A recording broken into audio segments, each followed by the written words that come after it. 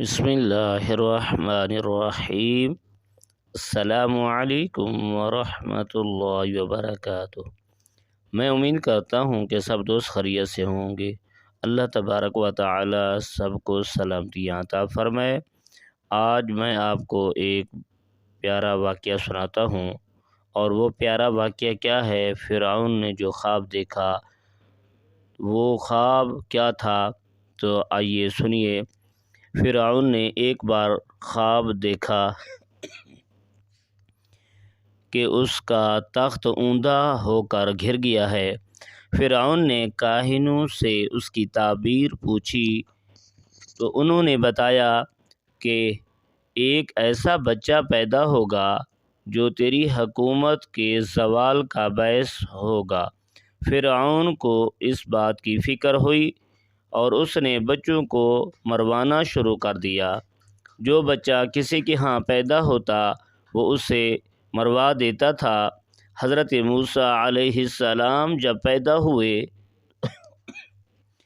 تو اللہ تعالیٰ نے موسیٰ علیہ السلام کی ماں کے دل میں یہ بات ڈالی کہ اسے دودھ پلاؤ، اور جب کوئی خطرہ دیکھو تو اسے دریا میں ڈال دو۔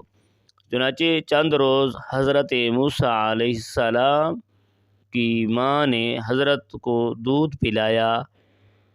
اس عرصہ میں حضرت موسیٰ علیہ السلام نہ روتے تھے، نہ ان کی گود میں حرکت کرتے تھے، اور نہ آپ کی بہن کے سوا کسی کو آپ کی ولادت کا علم تھا۔ پھر جب 3 ماہ کا عرصہ گزر گیا تو موسیٰ علیہ السلام کی ماں کو کچھ خطرہ محسوس ہوا، تو خدا نے دل میں یہ بات ڈال دی کہ اب تو حضرت موسیٰ علیہ السلام کو ایک صندوق میں بند کر کے دریا میں ڈال دے، اور کوئی فکر نہ کر، ہم اسے پھر تمہاری گود میں لے آئیں گے۔ سبحان اللہ۔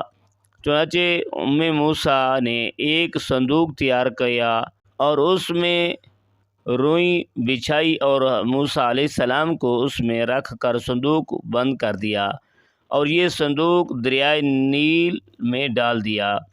اس دریا سے ایک بڑی نہر نکل کر فرعون کے محل میں گزرتی تھی۔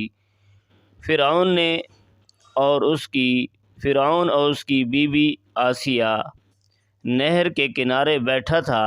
جب ایک صندوق نہر میں آتا دیکھا تو اس نے کنیزوں اور غلاموں کو صندوق نکالنے کا حکم دیا، اور وہ صندوق نکال کر سامنے لایا گیا۔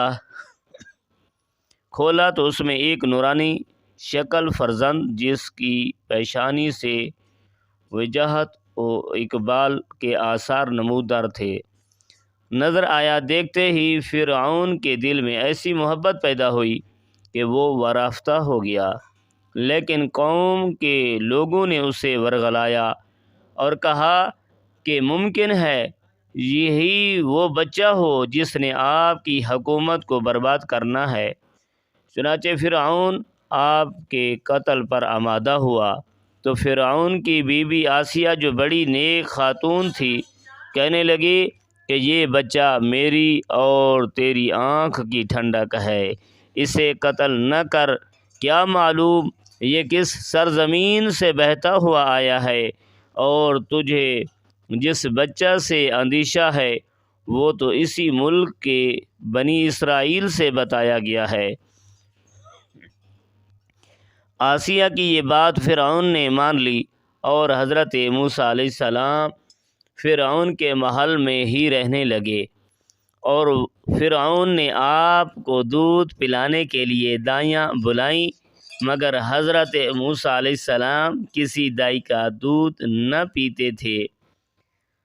اب فرعون کو فکر ہوئی کہ اس بچے کے لیے کوئی ایسی دائی ملے جس کا یہ دودھ پیے، اور ادھر حضرت موسیٰ علیہ السلام کی ماں اپنے بچے کی جدائی میں بے قرار تھی، اور موسیٰ علیہ السلام کی بہن جس کا نام مریم تھا، وہ آپ کے تجسس کرنے اور معلوم کرنے کہ صندوق کہاں پہنچا اور آپ کس کے ہاتھ آئے، آپ کی تلاش میں تھی، حتیٰ کہ پتہ چل حتیٰ کہ پتہ چلاتے چلاتے وہ فرعون کے محل میں پہنچ گئی، اور جب معلوم ہوا کہ میرا بھائی اسی محل میں ہے اور کسی دائی کا دودھ نہیں پی رہا، تو فرعون سے کہنے لگی، کیا میں ایک ایسی دائی کی خبر دوں جس کا دودھ یہ بچہ ضرور پیے گا؟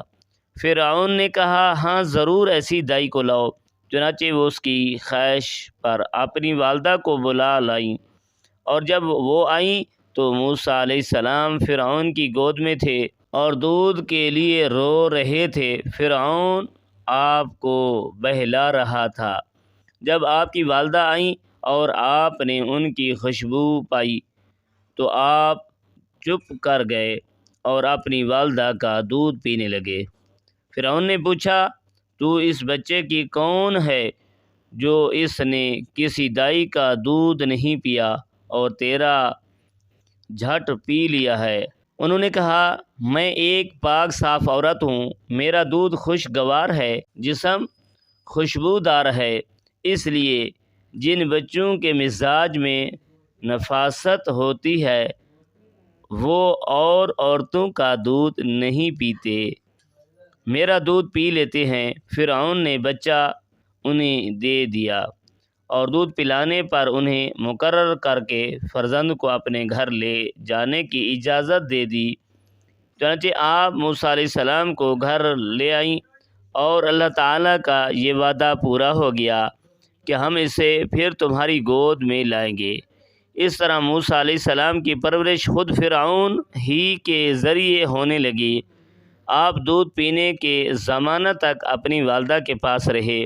اس زمانہ میں فرعون روزانہ ایک اشرفی دیتا رہا۔ دودھ چھوڑنے کے بعد آپ موسیٰ علیہ السلام کو فرعون کے پاس لے آئے اور آپ وہاں پرورش پاتے رہے، تو اللہ تبارک و تعالی نے پتہ چلا کہ اللہ تعالی بڑی قدرت اور بے نیازی کا ایک مالک ہے کہ موسیٰ علیہ السلام کو خود فرعون ہی کے محل میں رکھ کر ان کی پرورش فرمائی، اور موسیٰ علیہ السلام نے اپنے بچپن میں کسی دائی کا دودھ نہ پی کر اور اپنی ماں کو پہچان کر انہیں کا دودھ پی کر یہ بتا دیا۔ ایسا علم رکھتا ہے انبیاء کو اپنی مثل بشر کہنے والوں۔ ذرا سوچیے